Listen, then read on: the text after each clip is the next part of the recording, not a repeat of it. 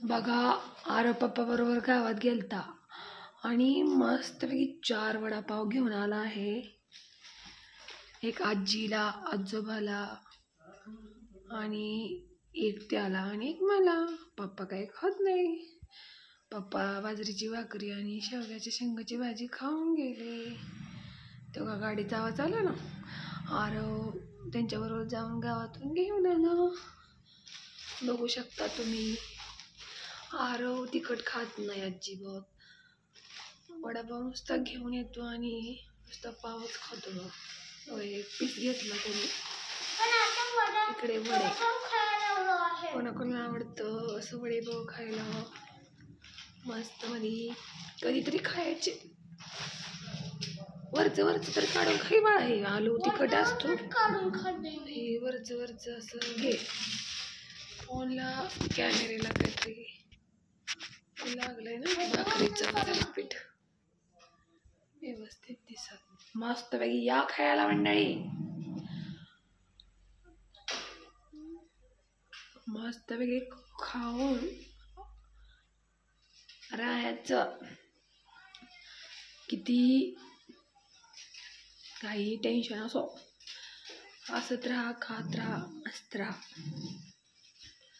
गोल ताट फिरवायचं नसतं. थंडी खूप आहे त्यामुळे टोपी घालून ठेवली.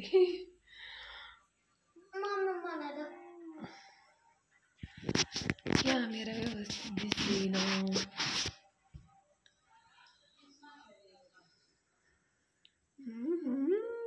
मस्त यम्मी.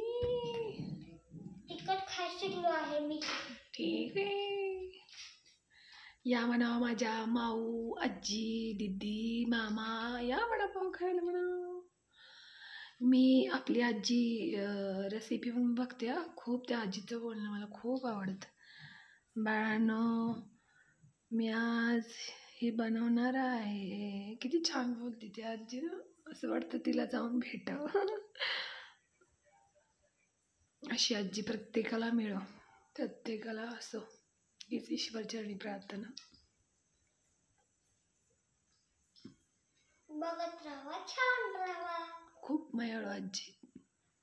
माणसाने किती कुणासाठी करू द्या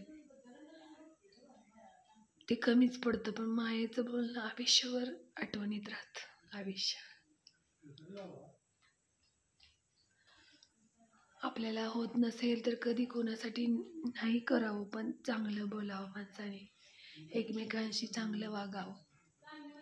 हाच मानव जातीचा धर्म आहे असं मला वाटतं.